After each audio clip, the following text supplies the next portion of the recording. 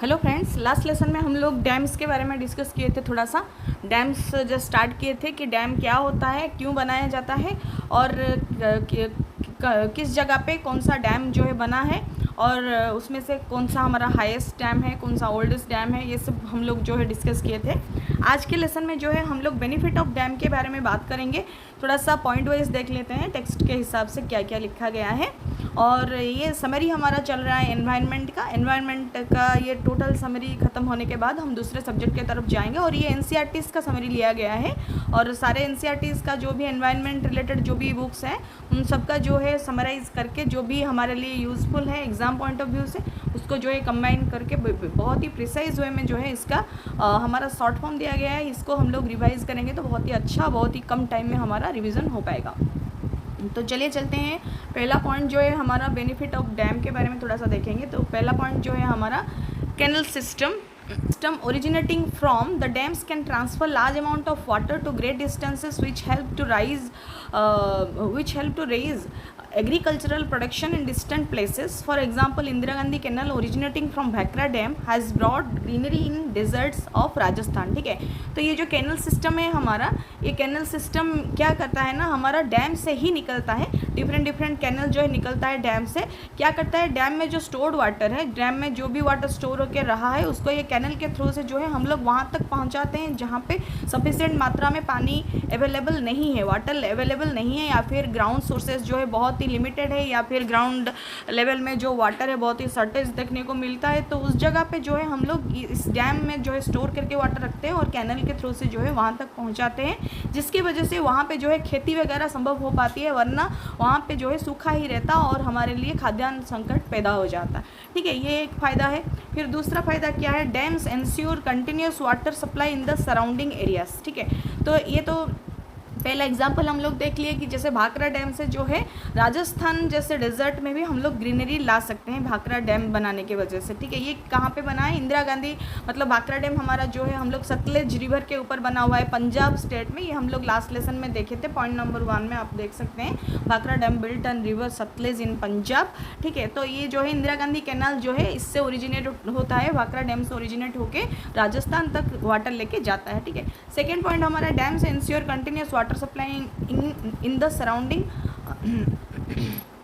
Dams ensure continuous water supply in the surrounding areas. ठीक है, तो ये डैम्स जो है कंटिन्यूसली वाटर सप्लाई करने में हेल्प करता है सराउंडिंग एरियाज में, क्योंकि बहुत मात्रा में वाटर जो है यहाँ पे स्टोर होके रह जाता है। ठीक है, और स्टोर होके क्योंकि रह पाता है इसीलिए इसको जो है हम लोग होल ईयर थोड़ा थोड़ा करके जो है डिस्ट्रीब्यूट कर पाते हैं आसपास वाले एरियाज में। फिर क्या है, तीसरा पॉइंट जो है हमारा flowing water from height is used for generating electricity. बहुत ऊंचे स्थान से अगर बहुत ही ज़्यादा हाइट से अगर हम लोग वाटर को बहुत स्पीड से अगर ड्रॉप करते हैं तो ये हमारा जनरेटर को घुमाने में, टरबाइन को घुमाने में हेल्प करता है, जिससे जो है हमारा इलेक्ट्रिसिटी जनरेट हो पाता है। फिर क्या है हमारा, ये 3 पॉइंट जो था हमारा बेनिफिट्स हो गया। फिर हम लोग देखेंगे वाटर मैनेजमेंट। तो in our country there is no shortage of water but proper management is lacking. Some of the methods of managing and conserving water resources are as follows. ये जो हमारा देश है यहाँ पे हमारा पानी का शॉर्टेज तो नहीं है, लेकिन प्रॉपर मैनेजमेंट की बहुत ज़्यादा ज़रूरत है। कोई चीज़ का शॉर्टेज नहीं है इसका मतलब ऐसा नहीं कि हम लोग उसको अंधाधुन यूज़ करें, उसका लॉस करें तो ये जो है एक दिन आएगा ख़त्म हो जाएगा। तो उसका मैनेजमेंट जो है बहुत ही ज़्यादा ज़रूरत है, क्योंकि अभी भी हम लोग देखते हैं कि जो है हमारा जो म्यूनसिपलिटी द्वारा जो वाटर सप्लाई रहता है, जो पाइप्स वगैरह रहता है, बहुत जगह पे खुला रहता है, ड्रेन में पड़ा हुआ रहता है, पानी ऐसे ही जो है वेस्ट होता रहता है। ये सब जो चीज़ें हैं ये बंद होनी चाहिए, तब भी जाके जो है शॉर्टेज नहीं होने की वजह से भी जो भी हमारा वाटर है वो आगे तक बहुत देर तक चल पाएगा। ठीक है, फिर पहला पॉइंट क्या है, रेन वाटर हार्वेस्टिंग। तो ये जो शॉर्टेज नहीं है लेकिन जो वाटर वेस्ट हो रहा है हम उसको चाहे तो कंजर्व कर सकते हैं, हम लोग उसको जो है स्टोर कर सकते हैं। तो कैसे कैसे स्टोर कर सकते हैं, थोड़ा सा आइडिया लेंगे कि क्या क्या उसका जो है स्टेप्स है, किस माध्यम से हम लोग उसको स्टोर कर सकते हैं। तो पहला आता है हमारा रेन वाटर हार्वेस्टिंग, क्योंकि हम लोग जानते हैं जो रेन वाटर है the purest form of the water resources. ठीक है, ये जो है हमारा रेन वाटर सबसे प्योरेस्ट फॉर्म होता है, कोई भी कंटामिनेशन, कोई भी इम्प्योरिटीज उसमें नहीं होता है, जो कि एकदमली वेस्ट हो जाता है जब घरों में गिरता है, बारिश का जो पानी है गिरता है और डायरेक्टली जो है वेस्ट होकर ड्रेन के पाइप के थ्रू से जो है ड्रेनेज में चला जाता है, ड्रेन एरियाज में चला जाता है, तो ये डायरेक्टली वेस्ट हो जाए तो उसको हम लोग फिर से रिकवर नहीं कर पाएंगे। उससे पहले जो है हमें उस वाटर को जो है रिकवर कर लेना है करके जो है किसी स्टोरेज टैंक वगैरह कहीं पे भी जो है हम उसको छोड़ के रख सकते हैं, ताकि ये बाद में जो है प्यूरीफाई होकर यूज हो सके, ठीक है। तो यहाँ पे थोड़ा सा देख लेते हैं टेक्स्ट के हिसाब से यहाँ पे क्या लिखा गया है। The government and various organisation have been trying to find an alternative of dams. Several states in the country have been using the age-old practices of water harvesting which are still in use today and are as listed below, ठीक है। तो water harvesting जो practices है ये roof top में लगाया जाता है, जैसे कि ये डैम का ही एक दूसरा प्रकल्प हम लोग बोल सकते हैं। इसमें जो है हमारा मतलब सेवरल स्टेट जो है इसमें जो है बहुत सारा इन्वेस्ट कर रहे हैं, और ये अभी भी जो है मतलब वर्क ऑन मतलब प्रोग्रेस में है। बहुत ही एरियाज़ में जो है अभी भी इम्प्लीमेंट नहीं हुआ है, और कहीं कहीं पे इम्प्लीमेंटेशन इन प्रोग्रेस है। तो ये सब चीज़ें जो है देखेंगे थोड़ा सा क्या क्या लिखा गया है टेक्स्ट में। तो स्टेट राजस्थान जो है वाटर हार्वेस्टिंग प्रैक्टिसेस कहाँ कहाँ हुआ है, खादीन्स, टैंक्स एंड नदीस, ठीक है, वहाँ पे जो है हुआ है।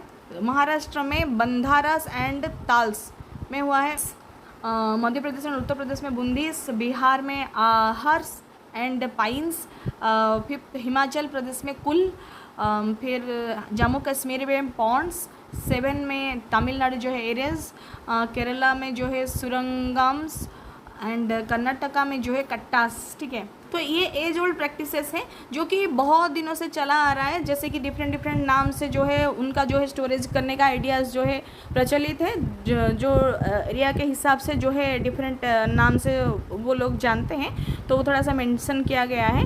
तो उसी हिसाब से जो है अब मतलब वो पहले से ही इस तरह से प्रचलित होते हुए आ रहा है, लेकिन आगे इसमें हमें मॉडिफिकेशन चाहिए, और इसमें फिर जो है क्या क्या और डेवलप हो सकता है उसके बारे में भी थोड़ा सा हमें ध्यान देने की ज़रूरत है। तो उसमें देख लेते हैं खदिन्स क्या है इन राजस्थान, जो हम लोग अभी पढ़े। Khadins in Rajasthan consist of a long 100 to 300 metre long earthen embankment built across the lower edge of the sloping farm land, ठीक है। तो जो हमारा कृषि का जो फार्म लैंड है, यानी कि कृषि का जो क्षेत्र है, कृषि का जो लैंड है, तो उस एरिया में जो लोअर एरिया है उसका जो डाउन एरिया जो है उस जगह पे जो है 100 से 300 मीटर लॉन्ग एक हमारा जो है मिट्टी में खोदा जाता है एक बहुत बड़ा सा गड्ढा, उसमें जो है ये लोग बारिश का पानी जो है स्टोर करके रखते हैं। इसको हम लोग राजस्थान में क्या बोलते हैं, खदिन्स बोलते हैं, ठीक है। The area enclosed by the embankment is called the bond which collects huge amount of rain water that flows down the slopes, ठीक है। इसमें क्या होता है, बारिश का पानी जो है एक तो रहता ही है, और जो भी इरीगेटेड वाटर जो यूज़ हो चुका है फार्म में, और जो एक्स्ट्रा वाटर जो बहते हुए जाता है डाउन एरियाज़ में, वो भी इस गड्ढे में जो है स्टोर होकर रह जाता है, बाद में जो है वो इस चीज़ को यूज़ कर सकते हैं। Overflowing water is carried through the pathways which fills the shallow well dug behind the burn, ठीक है।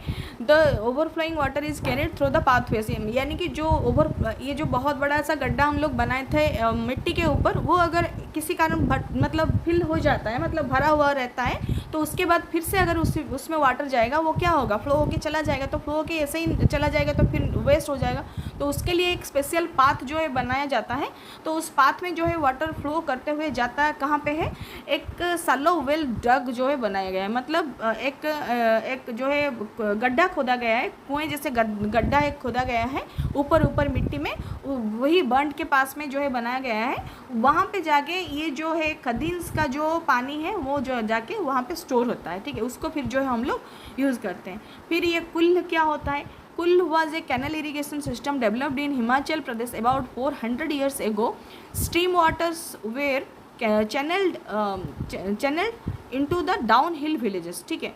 तो ये जो है हिमाचल प्रदेश, क्योंकि हमें पता है हिमाचल प्रदेश जो है पहाड़ वाला एरियाज़ है, तो ये जो पहाड़ वाला एरियाज में जो भी पानी आता है झरनों में जनरली आता है, तो झरना यानी कि जो स्ट्रीम्स होता है वहाँ पे जो पानी आता है उसको ये क्या करते हैं ना, कैनल जो है बनाते हैं, और कैनल के थ्रू से इरिगेशन होते हुए ये जो है क्या डाउन हिल एरिया, यानी कि पहाड़ के नीचे वाले जो गाँव है वहाँ पे जो कृषि होता है वहाँ तक ये जो है स्ट्रीम का जो यानी कि झरना का जो पानी है, कैनल बना के ये इसके थ्रू से जो है स्ट्रीम का पानी डाउन हिल विलेजेस में लेते हैं और वहाँ पे जो है कृषि करते हैं। ये इनका जो परंपरा है ये 400 ईयर्स एगो है, यानी कि 400 साल पुराना प्रोसेस है, और इसी को जो है कुल बोला जाता है, ठीक है।